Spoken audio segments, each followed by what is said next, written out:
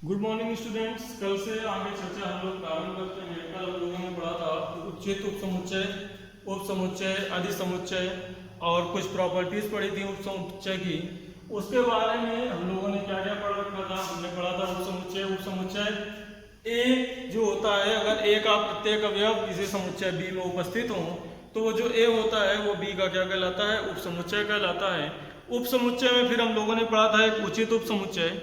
उचित उप समुच्चय के बारे में ये पढ़ा था कि किसी भी समुच्चय में अगर बी में कम से कम एक अवयव ऐसा है जो ए में उपस्थित नहीं है, किसी उप समुच्चय बी का कम से कम एक अवयव ऐसा है जो ए में उपस्थित नहीं है, तो वो उसका क्या कहलाता है, उचित उप समुच्चय कहलाता है। तो वो उसका क्या कहलाता है, उचित उप समुच्चय कहलाता है। अब अगर ए उप समुच्चय है बी का, तो जो बी है वो अधिसमुच्चय कहलाता है ए का। इसके बाद हम लोगों ने कुछ प्रॉपर्टीज पढ़ी। प्रॉपर्टीज में हमने बताया आपको जो रिक्त समुच्चय होता है वो प्रत्येक समुच्चय का क्या होता है, उप समुच्चय। तो रिक्त समुच्चय प्रत्येक समुच्चय का उप समुच्चय होता है। इसके बाद जो समुच्चय होता है वो स्वयं का उप समुच्चय होता है। फिर बताया था अगर ए सबसेट है बी का, बी सबसेट है ए का, तो ए बराबर बी होता है। अगर ए उप समुच्चय है बी का, बी उप समुच्चय है डी का, तो ए उप समुच्चय होता है डी का। फिर लास्ट में बताया हमने कि अगर कोई समुच्चय हो उसमें अवयवों की संख्या n हो, तो अवयवों की संख्या n होने पर उसमें कुल जो समुच्चय होते हैं वो 2 की घात n होते हैं, उसके जो कुल उप समुच्चय होते हैं। अब उसके आगे आज हम लोग चर्चा करते हैं घात समुच्चय। तो उप समुच्चय के बाद आता है क्या, घात समुच्चय। इसको कहते हैं पावर सेट।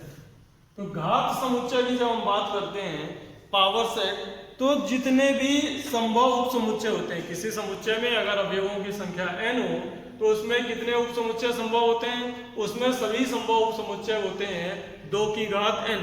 तो वो जो सभी संभव उप समुच्चयों का समुच्चय बनता है उसको क्या कहते हैं, घात समुच्चय। किसी समुच्चय के उप समुच्चयों का समुच्चय घात समुच्चय कहलाता है। तो किसी समुच्चय ए के सभी संभव उप समुच्चयों का समुच्चय, लिख रहे परिभाषा, किसी समुच्चय ए के किसी समुच्चय ए के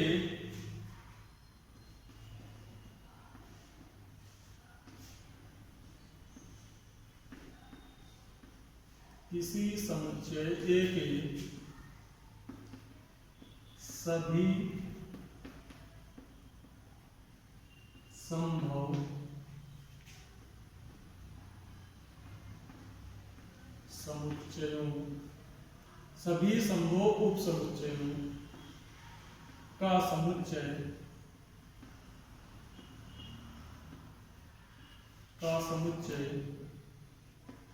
घात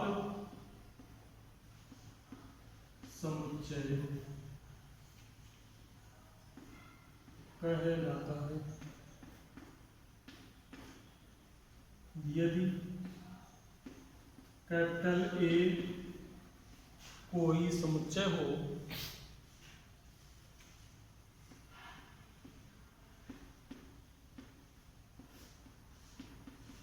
तो घात समुच्चय को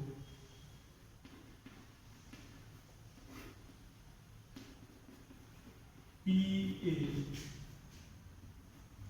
से प्रदर्शित करते हैं।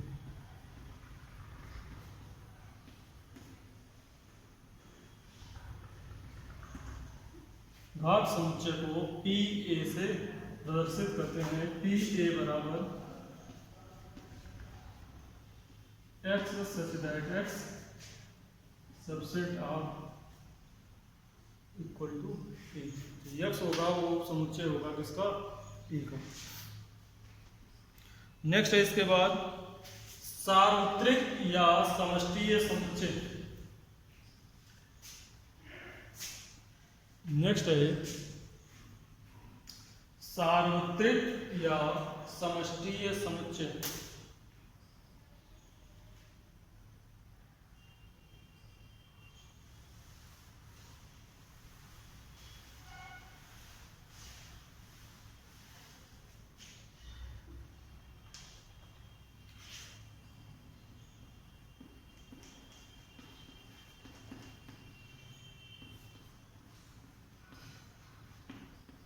इसको कहते हैं यूनिवर्सल सेट और यू से प्रदर्शित करते हैं। किससे प्रदर्शित करते हैं?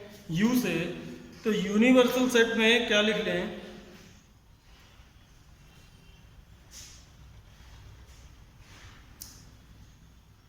यदि किसी दिए गए संदर्भ में यदि किसी दिए गए संदर्भ में यदि किसी दिए गए संदर्भ में यदि किसी दिए गए संदर्भ में समस्त समुच्चयों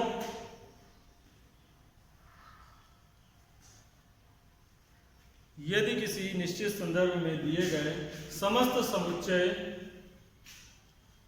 किसी एक निश्चित समुच्चय के उप समुच्चय हों किसी एक निश्चित समुच्चय के उप समुच्चय हों किसी एक निश्चित समुच्चय के उप समुच्चय हों तो यह निश्चित समुच्चय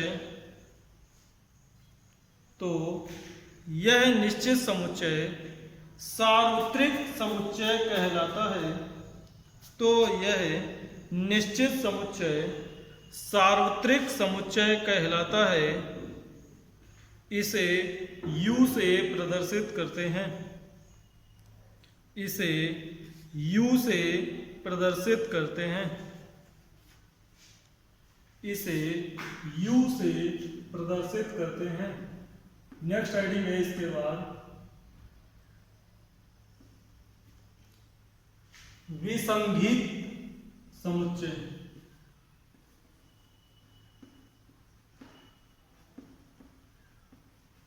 विसंगीत समुच्चय या डिसजॉइंट सेट। विसंगीत समुच्चय को क्या कहेंगे? Disjoint set. तो डिसजॉइंट सेट ऐसे दो समुच्चय हों जैसे A बराबर दिया गया है 1 3 5, B बराबर दिया गया है 2 4 6। तो इन दोनों समुच्चय में कोई भी उभयनिष्ठ अवयव नहीं है। तो A B का क्या कहलाता है? विसंगीत या डिसजॉइंट सेट कहलाता है। तो डिसजॉइंट सेट या विसंगीत समुच्चय क्या कहलाता है? ऐसे दो समुच्चय जिनमें एक भी अवयव उभयनिष्ठ ना हो। दो ऐसे समुच्चय, परिभाषा लिख लें इसकी, दो ऐसे समुच्चय जिनमें एक भी अवयव उभयनिष्ठ ना हो विसंगीत समुच्चय कहलाता है। दो ऐसे समुच्चय जिनमें एक भी अवयव उभयनिष्ठ ना हो विसंगीत समुच्चय कहलाता है। विसंगीत समुच्चय कहलाता है।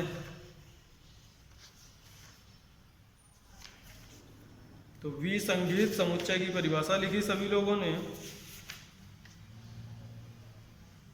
विसंगीत समुच्चय क्या होता है? ऐसा समुच्चय, ऐसे दो समुच्चय जिसमें एक भी अवयव उभयनिष्ठ ना हो विसंगीत समुच्चय कहलाता है। उदाहरण लिख लें, A बराबर 1 3 5, A बराबर 1 3 5, B बराबर 2 4 6। तो A और B में कोई भी अवयव उभयनिष्ठ नहीं है, अतः A B का क्या है? विसंगीत समुच्चय है। A और B क्या है? विसंगीत समुच्चय है। तो अब प्रारंभ करते हैं एक्सरसाइज 1C। इन परिभाषाओं के बाद सभी को परिभाषाएं पढ़नी है, समझनी है, याद करनी है। और इसके बाद हम प्रारंभ करते हैं एक्सरसाइज 1C और देखते हैं पहला क्वेश्चन। पहले क्वेश्चन में कह रहा है निम्नलिखित कथनों को संकेत के रूप में प्रदर्शित कीजिए। तो कुछ कथन दिए गए हैं, उनको संकेत के रूप में प्रदर्शित करना है। यक्स A का अवयव नहीं है। तो यक्स जो है वो A का अवयव नहीं है, यानी कि x does not belongs to A। x A का अवयव नहीं है, तो अवयव नहीं है के लिए बिलोंग नॉट का प्रयोग करते हैं। तो x does not belongs to A। दूसरा कह रहा है Q P का अधिसमुच्चय है। तो जो Q है, Q वो अधिसमुच्चय है किसका? P का। तो ये चिन्ह बताया था हमने किसका होता है, आदि समुच्चय का। तो Q आदि समुच्चय P। तीसरे नंबर A B का उपसमुच्चय नहीं है। तो A B का उपसमुच्चय नहीं है यानी कि A is not subset of B। A subset नहीं है किसका, B का। A is not subset of B। और चौथे नंबर में कह रहा है A समुच्चय P का एक अवयव है। A जो है वो समुच्चय P का एक अवयव है। तो A अवयव है P का यानी कि A belongs to P। A belongs to P। Next number 5, A B का वास्तविक उपसमुच्चय है। तो A B का वास्तविक उपसमुच्चय है यानी कि A प्रॉपर सबसेट B। तो A B का क्या हो गया, वास्तविक उपसमुच्चय हो गया। ये हो गया एक्सरसाइज 1C का क्वेश्चन नंबर 1। तो सभी लोग इस तरह से करेंगे, इसको परिभाषाओं को पढ़ेंगे, उनको याद करेंगे और एक्सरसाइज 1C को प्रारंभ करेंगे। पहला सवाल हमने बता दिया है, इसके आगे की चर्चा हम लोग अगली क्लास में करेंगे।